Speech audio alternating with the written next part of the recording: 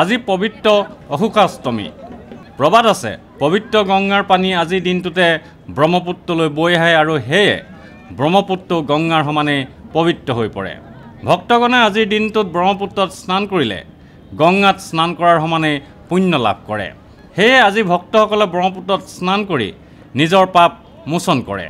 আন এক প্ৰবাদ মতে মাতৃ হত্যাকাৰী পৰশুৰামে নিজৰ পাপ মোচনৰ বাবে আজিৰ দিনটোতে ব্ৰহ্মকুণ্ড খানি ব্ৰহ্মপুত্ৰ নদৰ সৃষ্টি কৰিছিল।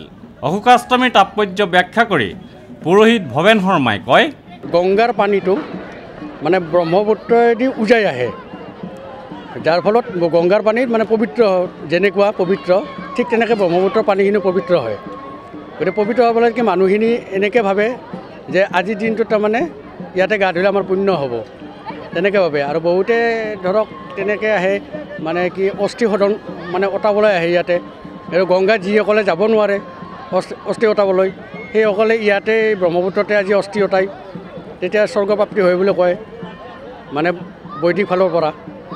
আৰু তৃতীয়তে হ'ল মানে কি পৰশুৰামে এই ব্ৰহ্মকুণ্ডৰ পৰা ওলোৱা ব্ৰহ্মপুত্ৰ নদী, আজিৰ দিনটোতে পৰশুৰামে এনেকৈ স্নান কৰি পেলাই তেওঁৰ পাপমুক্ত হৈছিল। পবিত্ৰ ব্ৰহ্মপুত্ৰ স্নান কৰি নিজৰ অনুভৱ ব্যক্ত কৰিলে যমুনা সাহাই এনেদৰে।